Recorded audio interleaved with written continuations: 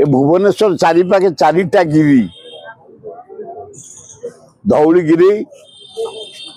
खंडगिरी उदयगिरी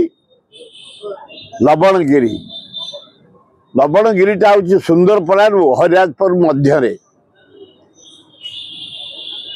से पहाड़ गोटे चंदा पहाड़ था ना था चंदा पहाड़ से 25-30 वर्ष तले आम लगी पड़ी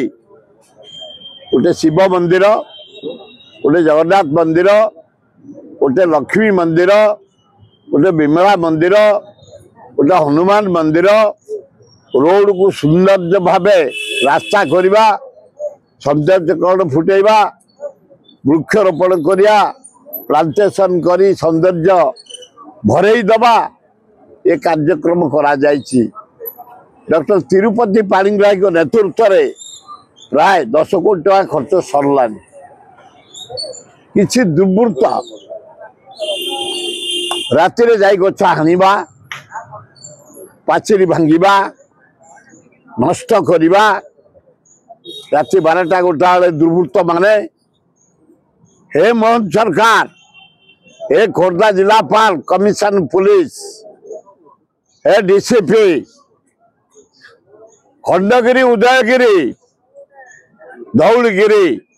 लवणगिरी चारिटा गिरी दृष्टि रख यहीपरि होता धौलगिरी रे बारंबार आंदोलन कला कड़ाकड़ी हो गला होता धौली ए खंडगिरी उदयगिरी गुड़े वृक्षरोपण कराई सौंदर्यकरण कराई एना करा जायछि लवणगिरी पहाड़ तेणु